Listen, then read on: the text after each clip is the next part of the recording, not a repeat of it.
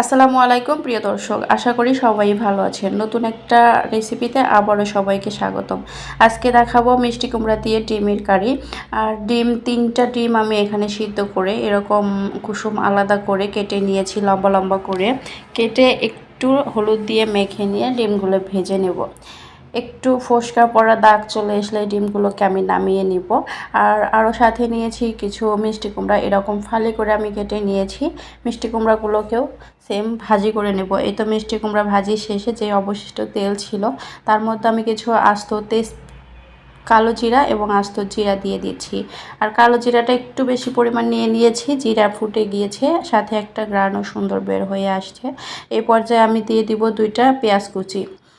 পেঁয়াজ কুচিটা একটু ব্রাউন কালার এবং নরম করে ভেজে নেব, খুব বেশি পরিমাণ ভাজবো না। আর এর মধ্যে আরও দিয়ে দিচ্ছি 2টা তেজপাতা, 2টা দারুচিনি এবং 3টা সাদা এলাচ। মশলাগুলো যেন পুড়ে না যায় এজন্য সামান্য পরিমাণ পানি আমি এখানে অ্যাড করে দিচ্ছি। আর এই পর্যায়ে দিয়ে দিচ্ছি হলুদের গুঁড়া, মরিচের গুঁড়া, লবণ, জিরার গুঁড়া এবং ধনিয়ার গুঁড়া। সবগুলো মশলা একসাথে দিয়ে আমি 2 থেকে 3 মিনিট কষিয়ে নেব যেন মশলার কাঁচা গন্ধটা একটু চলে যায়। আরও সাথে অ্যাড করছি আদা বাটা এবং রসুন বাটা পরিমাণ মতো। সবগুলো মশলা কিছুক্ষণ ভেজে নেব, এর থেকে তেল ছেড়ে দিবে এবং তেলটা উপরে ভেসে উঠবে। এই পর্যায়ে আমি অ্যাড করব ভেজে রাখা মিষ্টি কুমড়া। মিষ্টি কুমড়া একটু নেড়ে চেড়ে এর সাথে মিশিয়ে দিচ্ছি, দিয়ে ঢাকনা দিয়ে আমি 2 মিনিটের জন্য রেখে দেবো। সাথে কিন্তু আমার আরও মিষ্টি কুমড়া আছে, সবগুলো এখানে আমি দিয়ে দিচ্ছি। এই তো 2 মিনিট পর আবার একটু পানি অ্যাড করে নিচ্ছি। পানি দিয়ে আমি কষিয়ে নেব মিষ্টি কুমড়া।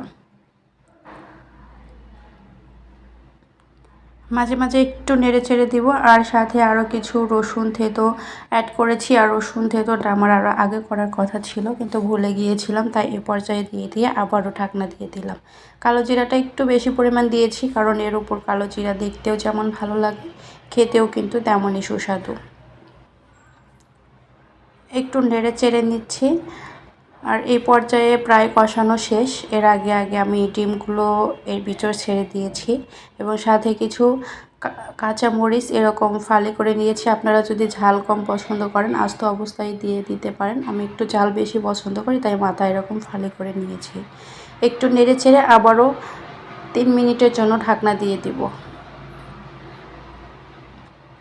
ফিরে আসছি 3 মিনিট পর। এই তো আমার পানি কিন্তু শুকিয়ে আসছে আর মিষ্টি কুমড়াও কষানো শেষ হয়ে এসেছে প্রায়। এই পর্যায়ে আমি ঝোলের জন্য পানি অ্যাড করে দেব। পানি অ্যাড করে একটু নাড়াচাড়া দিয়ে আবারও আমি ঢাকনা দিয়ে ঢেকে দেব 10 থেকে 15 মিনিটের জন্য। ফিরে আসছি 15 মিনিট পর। এই তো রান্নাটা কিন্তু প্রায় হয়ে গিয়েছে। আর এটা একটু ঝোল ঝোল রাখবো, আমি ঝোল অবস্থায় নামিয়ে ফেলবো, পরে আরও একটু ঝোল টেনে নেবে ঠান্ডা হয়ে গেলে।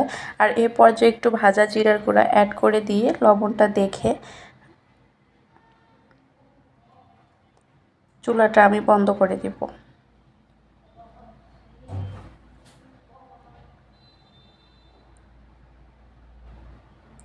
আর কয়েকটা কুসুম আলাদা করে যে রেখেছিলাম এই কুসুমটা আমি উপরে দিয়ে 2-3 মিনিট জাল করে নিয়ে চুলাটা আমি বন্ধ করে তরকারিটা নামিয়ে ফেলব। ডেকোরেশনটা যেন সুন্দর হয় এজন্য আমি এখানে একটু আমার মতো করে সাজিয়ে নিয়েছিলাম। আর কিছু ভাজা কালো জিরা উপর দিয়ে ছিটিয়ে দিতে পারেন এভাবে, তাহলে দেখতেও যেমন সুন্দর খেতেও তেমনই ভালো লাগবে। আজকে ভিডিওটা কেমন হয়েছে অবশ্যই জানাবেন। ভালো লাগলে লাইক কমেন্ট শেয়ার দেবেন। আর ততক্ষণ পর্যন্ত ভালো থাকবেন। কথা হবে আবারও কোনো এক রেসিপিতে। আল্লাহ হাফেজ। আসসালামু আলাইকুম।